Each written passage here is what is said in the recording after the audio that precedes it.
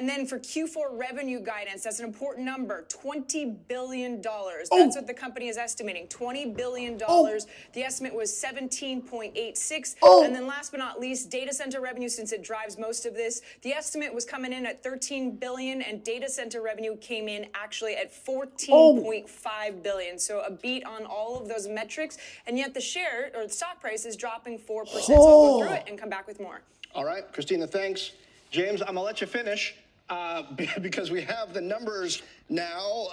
Beat and a raise expected, beat and a raise delivered. Shit. Was the bar just that high? I should be buying the stock right now.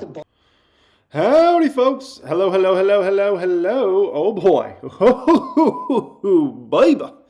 Oh, baby. We got a big one today, folks. Oh, do we indeed. The most important stock in the entire stock market of 2023 is about to report earnings, and it is about to be crazy, folks. Yeah, we got an interesting one. This is going to be a booming live stream here today, folks. Where do I even start with this one? I mean, this is just going to be craziness. And this is one of those earnings that this is what's going to dictate really where this market goes into the end of the year. You know, if Nvidia comes in and lays an egg, you know, Santa's not coming to town to give us any presents in December. If Nvidia comes through, knocks out again, oh baby, it's gonna be a fun. It's gonna be a fun December, and Santa's gonna have so many Christmas presents. It's not even funny. Okay, that's a possibility. Like if Nvidia does go down in a substantial way, there will probably be a lot of money to pick up Nvidia shares, unless like they were to have some sort of such bad guidance that nobody wanted the stock or something like that. But I can definitely see a scenario where there's a lot of sideline money that wants to get in Nvidia, and so if the stock goes down in a substantial way, I could actually see a big FOMO kind of into it. So that might limit downside in Nvidia, just to be quite honest. Like I said, unless like literally 2023 is as good as it gets, and things start to fall apart there. So yeah, that's actually interesting. So because I was thinking about like maybe doing a little gambling strategy going into these earnings of buying calls and puts, basically prepping for some major volatility, but I was like, no, it's not even worth it, man. It's not even worth it. Because if it goes down in a substantial way, there's probably going to be a lot of people who come in and bid it up. If it goes up in any substantial way, there's probably going to be a lot of people that are ready to take some profit. So who knows? Like, we'll see if Nvidia is really that volatile. It's going to take something crazy to the upside or crazy to the downside to really get that stock to move, let's call it more than like 7 percentage points tomorrow. Right? After hours can be a whole different situation. As somebody said, because people want to sue the larger corporation. No, it's just a different mentality. When you're a larger corporation, you just have a different, like your employees kind of, are a little bit helpless, right? You know, like if I'm running a coffee shop and I'm freaking out of peppermint, like I'm literally going to the store. If I can't go to the store, I'm going to send one of my employees to go to the store. If I can't send one of my employees to the store, dude, I'm going to problem solve it some way. I'm going to have Uber Eats or DoorDash, like, go get me some freaking peppermint syrup and some caramel syrup and have them deliver it to the store. If I can't do that, I'm going to talk to a customer and I'll be like, hey, I'll give you free drinks for the rest of this week.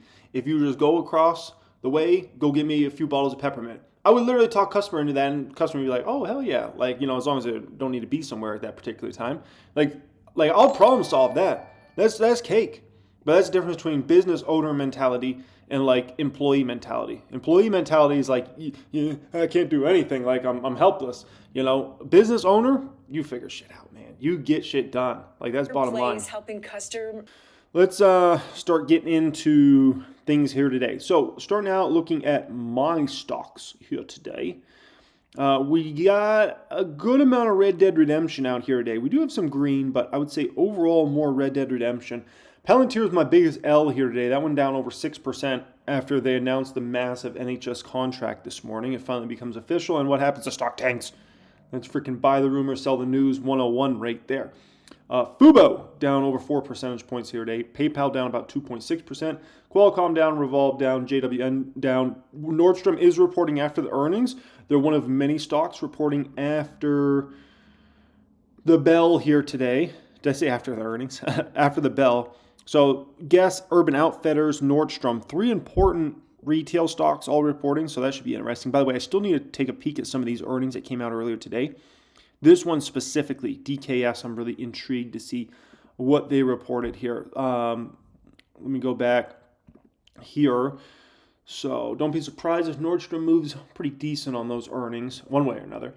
Foot Locker, Amazon, Cake, Mattel, Skyworks, Meta, Win, Honest, and JP Morgan all Red Dead Redemption here today. Shopify, Avant, Target, Pfizer, Texas Roadhouse, Planet, Elf, and Tesla all green. Tesla's actually my best stock here today, 2.5%. But wasn't Tesla my worst stock yesterday? Or am I tripping?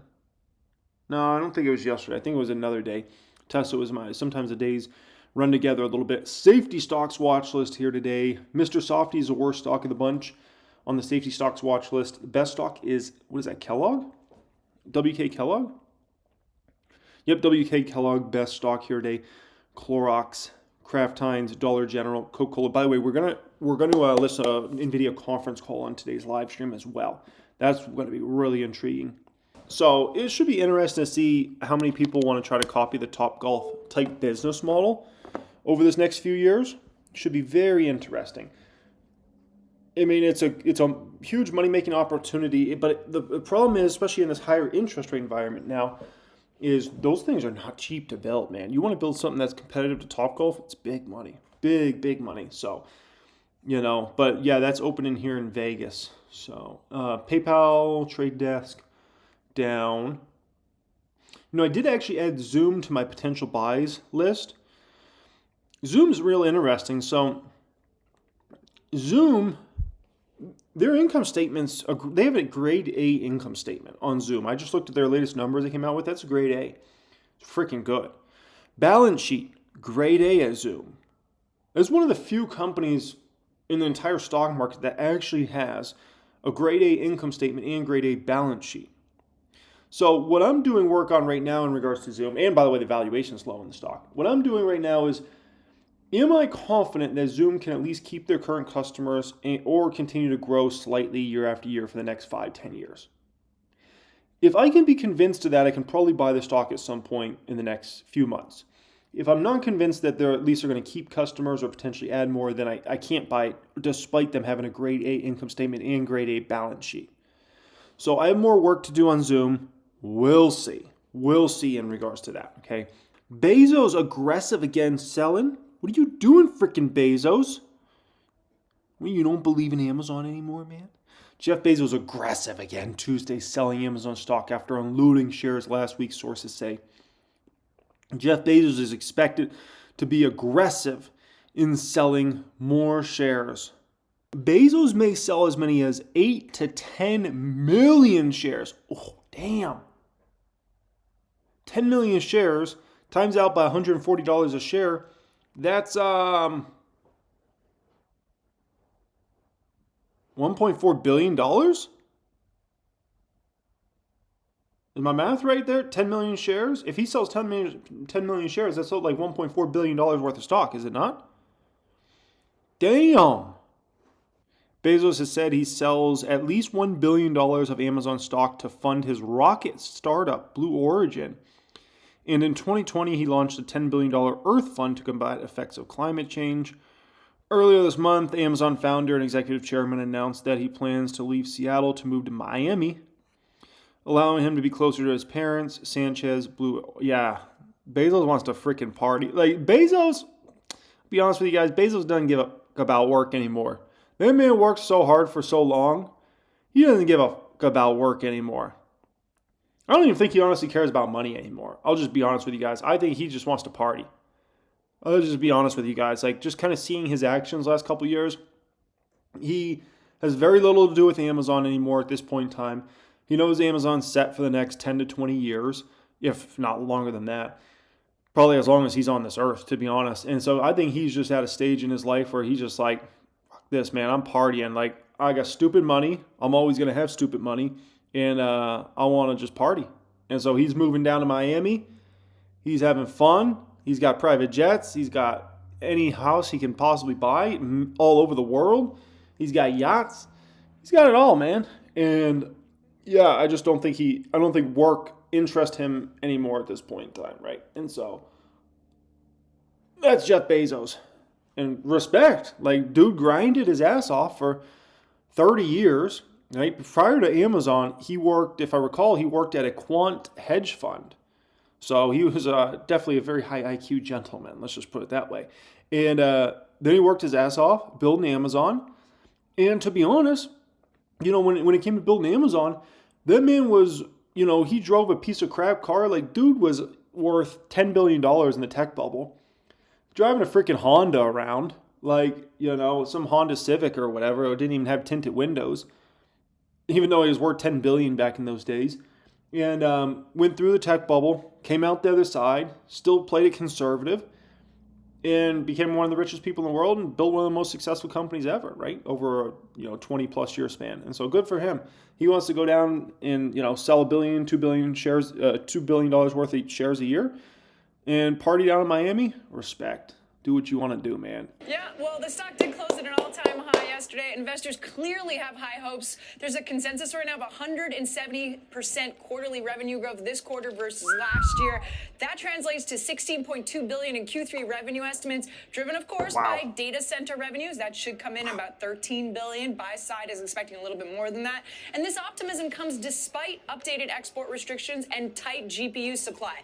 But after a 241% year-to-date stock growth, management really is going to have to convince investors they have not hit this AI peak and there's incremental revenue to be had. Investors will want to see what demand will be once supply constraints have subsided. For example, Microsoft CTO, I should say, said in September that the supply of Nvidia's AI chips was actually improving, which could be a good thing for supply. The other overhang is China. Oh Nvidia my gosh. may be making workaround chips, but is that enough to offset the export impact, given China contributes 20% of data center revenue? One chip. Lastly, you got some gaming weakness. AMD fell 5% quarter over quarter in September. They're expecting a decline in the December quarter. What does that mean for Nvidia? Expect stock reaction, though, given the average one-day post-Nvidia earnings move over the last 20 quarters is 6% in either direction.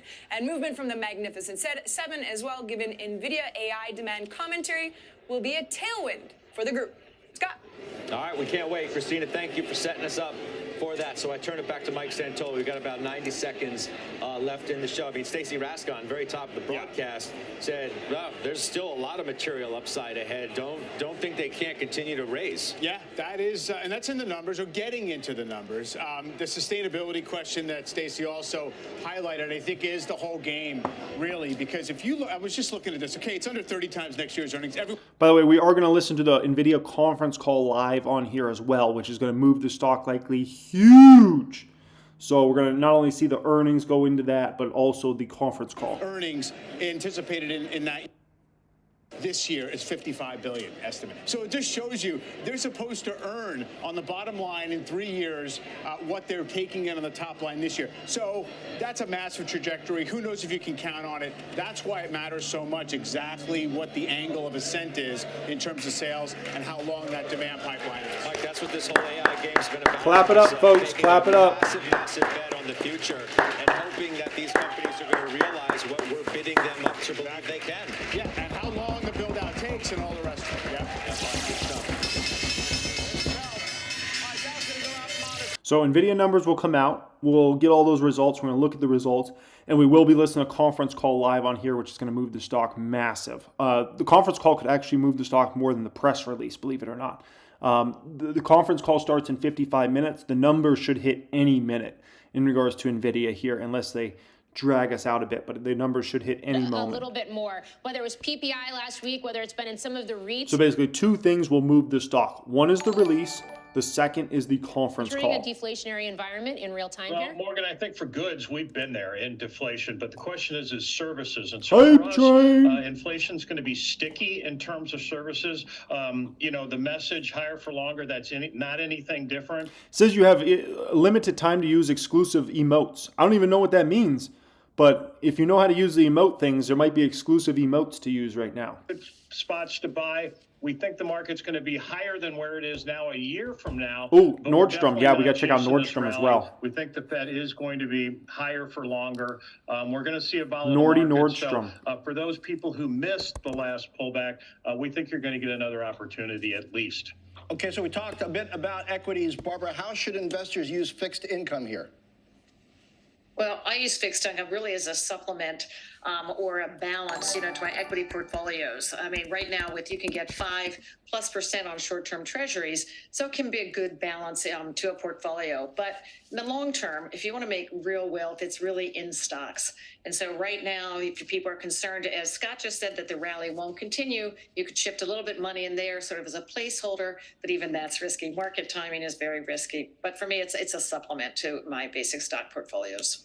Watching the consumer this week and beyond, Scott, how much does the jobs picture influence how much the consumer spends and how healthy this economy looks through the end of the year and maybe even trickle through to market sentiment? Well, John, I think, if Americans have jobs and money in their pocket, they're going to spend it. And so, we're going to see that until the unemployment rate works its way higher, which we think it will. We all know that credit card balances are really high. And I would argue, and we would argue based on our research, that, only the very top end of the income scale really has cash to spend. The lower, let's call it 80%, they're pretty tapped out, whether it's credit. Earnings alert. Cash. Earnings alert. So we don't Nordstrom, see slight right miss on revenue, 3.32 billion versus 3.4 billion. So slight miss on revenue for Nordstrom. Let's see what their EPS is, and also their guide's going to be really important in regards to Nordstrom. So far, the stock is actually green. Miss earnings, go green. We'll see here in just a moment if their numbers have come out on their investor relations. Sometimes CNBC gets these numbers before everybody else gets these numbers in regards to this. Let's see. So we got Nordstrom reported EPS of 41 cents, adjusted EPS of 25 cents, reaffirms fiscal 2023 revenue outlook, narrows EPS range. Okay. For the third quarter ended, obviously, October 28th, net sales decreased 6.8% versus the same period in fiscal 2022. GMV decreased 7.1%. Third quarter net sales included 270 basis point negative impact from wind down of Canadian operations. Okay. Anniversary sale timing, with 1 week shifting from the second quarter to third quarter, had a positive impact of approximately 200 basis points, which is just a fancy way of saying 2%. 2 percentage points on net sales compared with 2022. Okay. In the third quarter, we continue to make progress against our priorities and especially pleased with the resulting improvements in gross margin and earnings. Okay. Good. How great the fundamentals have been is decidedly positive. You see here, it's basically all buy ratings. It's 94% buys. That's a real contrast. Digital sales really bad for Nordstrom in the quarter. You did have a little more of a mixed sentiment. This is the price target, consensus price target, not far from 700. Actually, I guess it's more like 655 or 670 in that range for the price target, implying 30% upside from here. That rarely happens for a stock that's already trading at or near its highs. Usually that's when a stock goes down a lot and there's a stale consensus price target up there. So it's pretty safe to say that the sell side is pretty aggressive, expecting a lot more reasons to raise their sights on earnings for this stock. When it came to Nordstrom, it wasn't a disaster. And when you're a stock like that's at $14, $15 a share, all you got to come through with is not a disaster. And, it's hard to get pushed down much more, right? And they didn't come through with a disaster. So good for them overall. We're still waiting on these Nvidia numbers out moments. Come on, Nvidia. $2 trillion and change. So these are the numbers to keep in mind in regards to Nvidia here, okay? Keep these numbers in mind, write them down, whatever. We need to see, Nvidia needs to have done in this quarter they're about to report more than 339, okay? In analyst estimates are 339. Ultimately, Nvidia needs to put up like a 4, okay? So keep that in mind. Analysts are at 339, but if this stock wants to keep momentum, they really need to come in with like a $4 number, okay? Next quarter, they need to have projections for $4.50 plus, if not $5 plus, okay? Analysts right now are 381. Revenue side, analysts have them at $16.11 billion in revenue for this quarter they're about to report. Nvidia really needs to come in with $17 billion plus. Next quarter, analysts have them at $17.8 billion of revenue.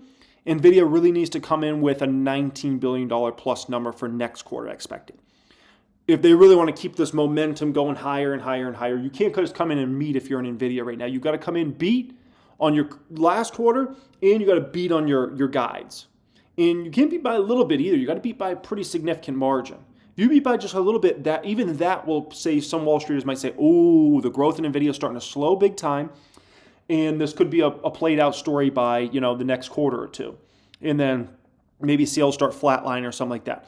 So 2 minutes away from earnings, folks. 2 minutes, according to CNBC. Well, Nvidia earnings are expected to be released just moments from now. Let's bring in Stacey Raskin. Let's go, Nvidia. Quit playing with us. Quit playing with us, Nvidia. Just do it. Numbers. Stacey, I gotta start with you because you were on in the past hour giving a preview to our viewers of what to look for. So if we could just, as we do await these numbers, if we could just recap what the key is going to be here for this stock and the most likely direction, given the fact that expectations are so high going into this print. Yeah, I mean, it's the data center number. That's in the quarter, and then whatever's implied in the guide. That's what's important. And presumably it's going to go up. Boy, the question is how here much. we go, right? folks. I mean, so Should be that's what hitting any everybody's gonna second. watch Should be for. hitting It any looks like second. looks like the numbers just hit, actually. So we'll see where it is. Oh, But that's numbers the are hitting. number Numbers that's are gonna be hitting. Most important, the data center number. Okay.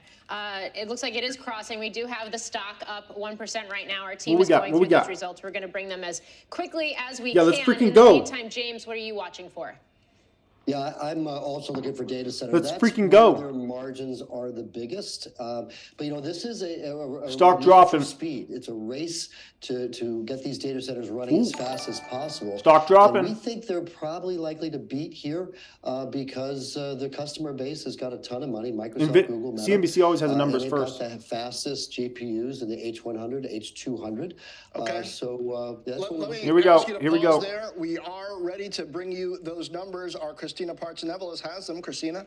Yeah, beat on the top and bottom line for Q3, revenues of $18.12 billion. That's almost $2 billion more than what the street was anticipating on EPS, earnings per share of 402. So again, that is 402 adjusted. Remember the number I told you? 70-cent beat again.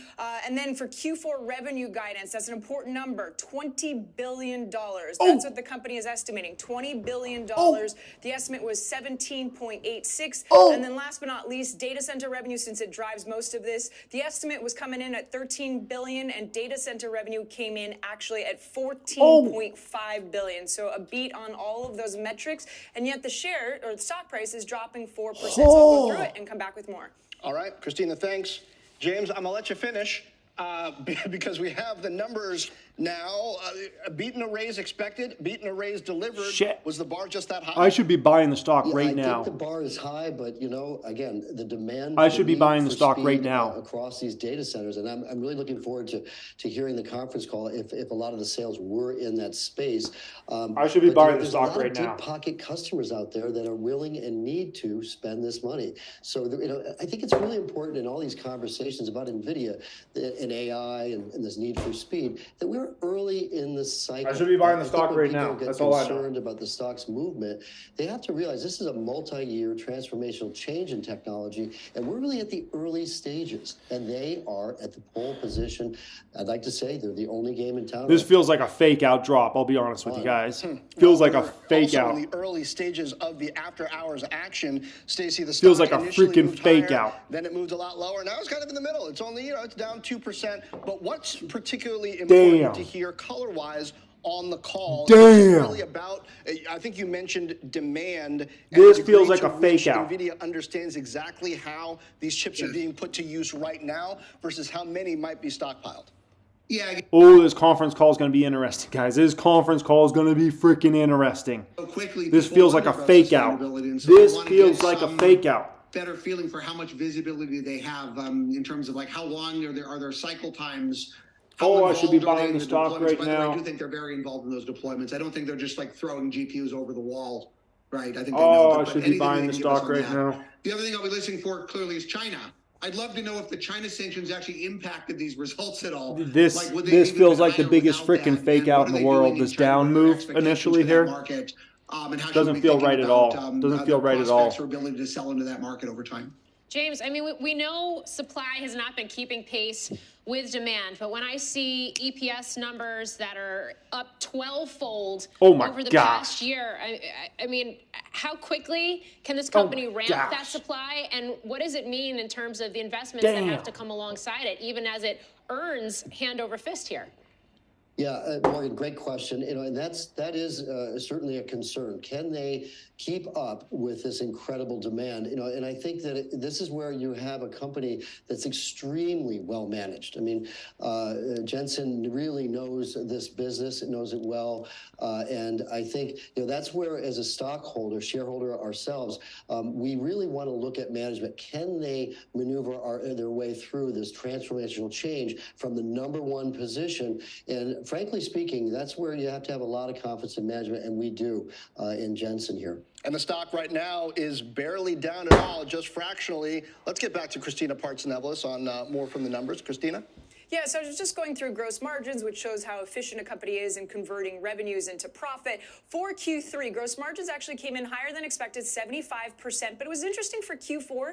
The outlook they're putting forward is 74.5. So yes, that's higher than what the street was anticipating, but that's showing a decrease from Q3. So the question is, have they plateaued in their efficiency? The other factor, gaming was weak for AMD, but we're seeing gaming come in stronger for Nvidia, beating estimates at $2.86 billion for Q3.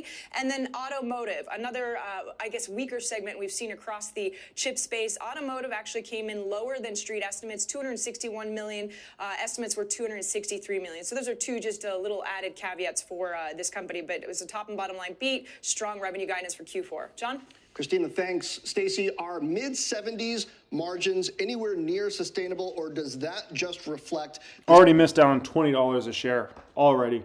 Chips right now. Yeah, so remember the pro forma gross margin guide is actually 75.5.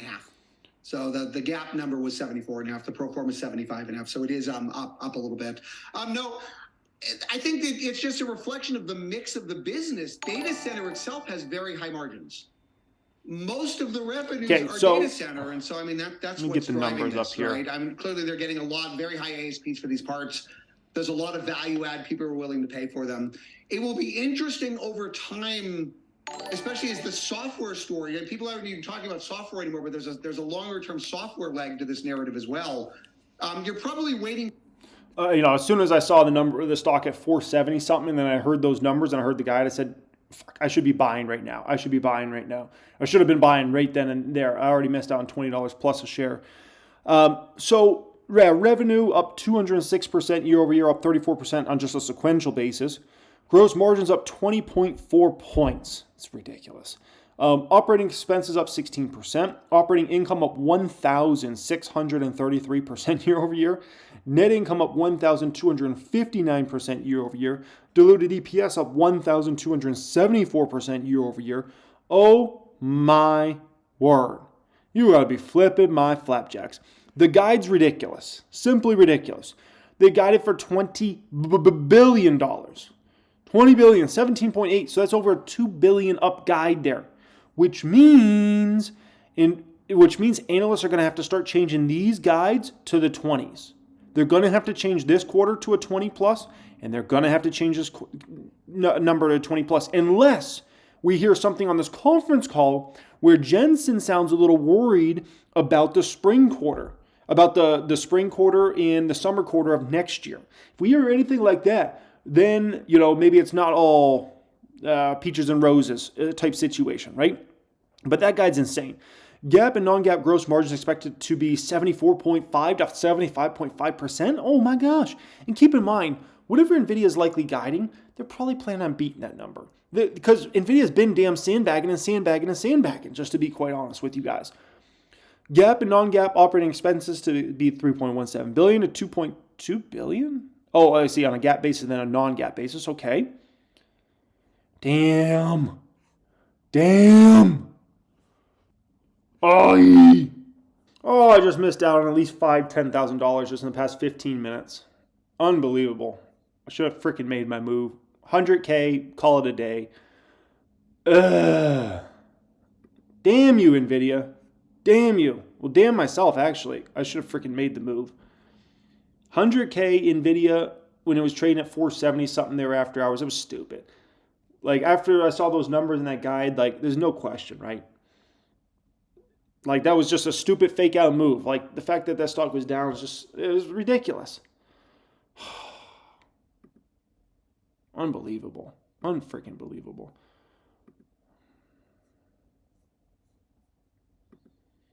Now I have to root against Nvidia on the conference call. And that's what I have to do on Nvidia now. I have to root against it. I have to be like, Nvidia, go down on the conference call to make me feel better about myself. Because I didn't just make my move I should have made. Ugh. Ugh. I mean, look at what the stock shot down to. What did it go down to here? I don't even think they got the right price there. I remember seeing a 470 something on the screen. They have it at 482 here. But I remember seeing like a 470 something after hours. Unless that was a misprint by CNBC. Ugh.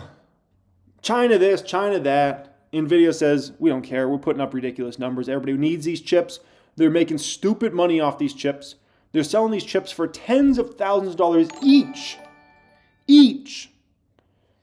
I mean, it's incredible. It's absolutely incredible. And the stock's undervalued. It's not overvalued. It's undervalued, actually. Damn. Damn. Whew. Oh my gosh. I can't believe they grew in gaming. That's pretty shocking to me. Gaming was up 15% from the previous quarter and up 81% from a year ago. I never saw that coming. That's crazy to me. I mean, obviously we know the commercial side, you know, data center, all that, strong, like Donkey Kong, but the gaming being up 81% from a year ago, that's pretty shocking to me, to be honest. Data center up 279% from a year ago. 279%? Oh my gosh.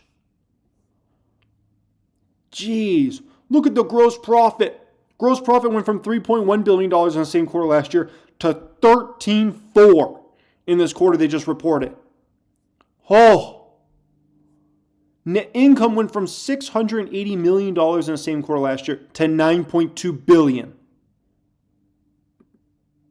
Diluted EPS went from 27 cents in the same quarter last year to $3.71. This is beyond an A-plus quarter. This is like, I don't even know how to explain it. This is like an A++++.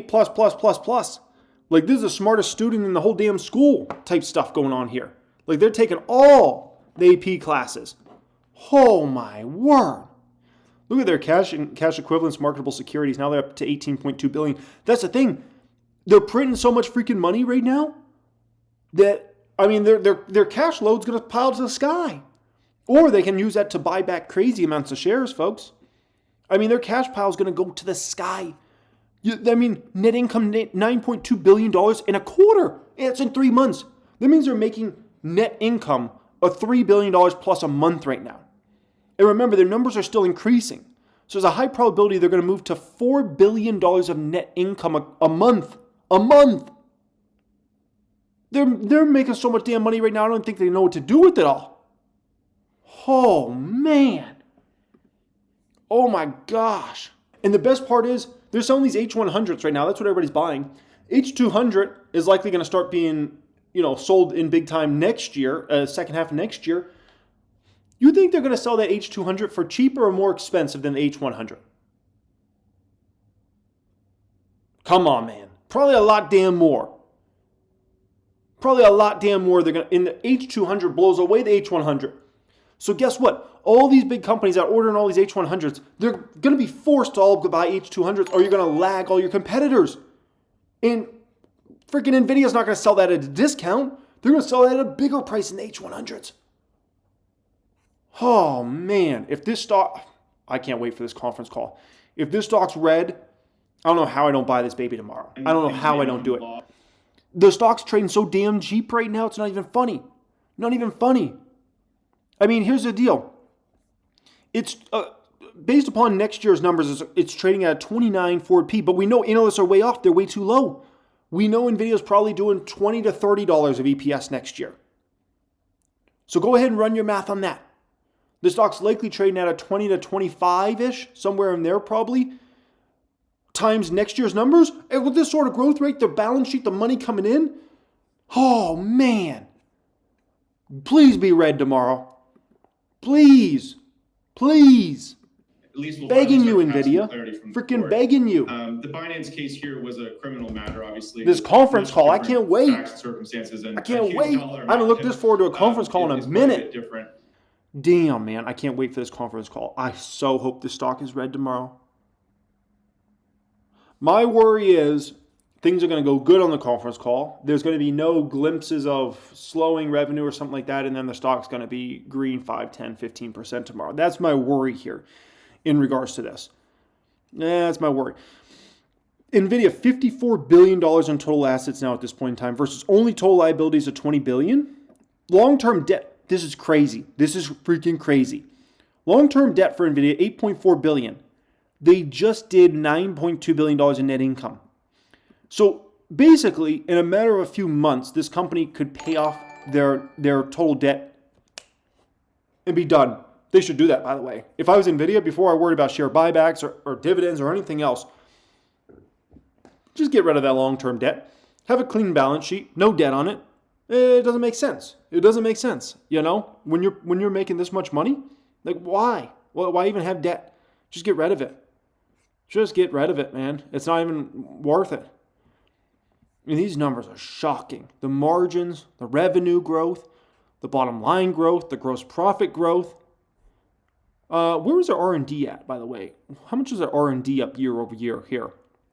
R&D, that's actually not a very big increase. Considering how much NVIDIA's business is growing, it's not like they're spending crazy amounts on R&D. 1.9 billion, 2.2 billion R&D. That's not a very big increase. I mean, heck, their revenue was up like, what is that, $12 billion plus on a year-over-year basis, and yet the research and development was up like 300 mil? That's like nothing. It's like nothing. So that's pretty extraordinary. So that means they're spending, it looks like NVIDIA's spending about, we can call it, if these numbers stay consistent over this next year, they're spending about $9 to $10 billion a year in research and development, somewhere in there roughly, if they kind of keep this line in this number in line over this next bit of time here. So, which is a lot of money, by the way, to spend on research and development. But they've got to stay ahead on their chips. They got to stay out in front of AMD and Intel. So I'm going to put them into the category. But it honestly seems like NVIDIA is running their own race. It really does, folks. It really does. It really does. I hope this stock is red tomorrow. I hope you are. And the fact that stock's not up 10 to 20% right now just shows how much fear about, is the business about to slow? Is 2024 going to see a slowing in numbers? Anything like that, right? This is a high-pressure conference call for Jensen. I'm telling you, this is high pressure. Because if he gives any sort of glimpse of maybe some weakness in 2024, the stock will be down 5-10% tomorrow. If he doesn't, then that'll alleviate, obviously, a lot of the worries in regards. But this shows how scared the investor base is in NVIDIA. Then maybe this is just a 2023 phenomenon, and then there's no growth in 24 and beyond. Interesting. Alrighty, here we grow.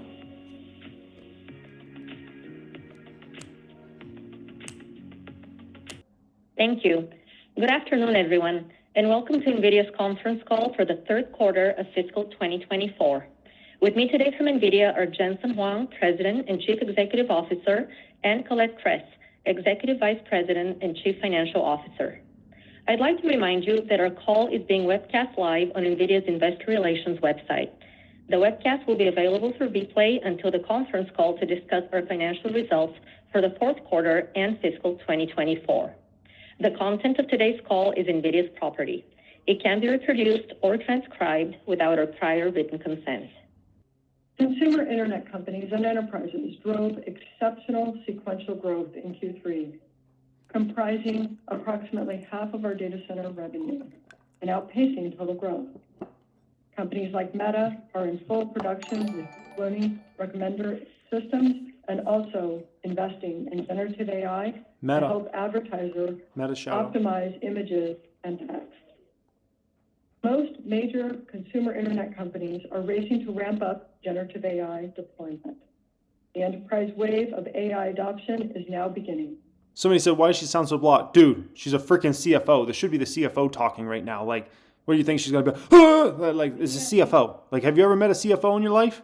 Not the most exciting people. And that's actually a good thing, by the way. They should be like the bean counters, okay? That's CFOs. And faster, larger memory to further accelerate generative AI and LLMs. It boosts inference speed That's going to be big money. to another 2x compared to H100 GPUs for running LLMs like Llama 2.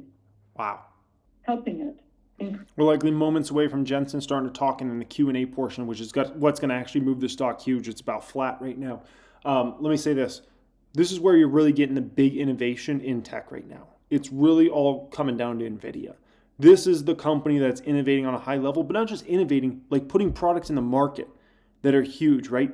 Because a lot of these companies are working on this, working on that, and then these products are like, we'll see if they ever come out or if they do, right? NVIDIA is actually like innovating and getting these products to market, and they're just the king of tech right now. King. This concludes today's conference call. You may now disconnect. Okay, so where do I even start? Yeah, that conference call made me even more bullish on NVIDIA. And, you know, I think I've got to start a position in this guy. You know, it's very interesting because you look at the stock, and the stock's trading roughly in line with where it was, even back at some of these peaks in kind of July, August. I mean, here it was 374, 474 here, you know, 393 here. It's interesting, you know, back in even August, it was trading at 492, roughly in line with where it's at now. And you think about the incredible amount of better news NVIDIA's had over the last really several quarters since then as far as the numbers went. Because back at these time periods, no one had nearly as high a numbers as NVIDIA's putting up now at this point in time. Like the numbers were so much lower. And so that's really just a fascinating thing. Now, I want to hear what they had to say on Fast Money about NVIDIA here. Yeah, this is a nightmare for people that hold short-term calls and puts on NVIDIA, which there's a lot of them because they expected the stock to move huge. If this stock hardly moves over this next few days, this is a freaking disaster for those folks. And I can tell you there's a lot of those folks. I even considered doing it as just kind of like maybe buy some calls and puts. And then I was like, hell no. I know Wall Street and their freaking games they play. And then they're playing games. They're admitting it in there, but nonetheless, like you mentioned, beating the top and bottom line. I thought gross margins was a little bit interesting. Market maker wants to destroy 75% everybody. Stronger than what we were anticipating, but for the Q4 gross margin guidance, it's actually coming down a little bit. That's what they're estimating, 74.5 to 75.5. So what does that mean about efficiency? And so for this call, because the thing about NVIDIA is there's a lot of people that have very strong opinions on NVIDIA, either extremely bullish or extremely bearish. These folks have huge opinions on this stock.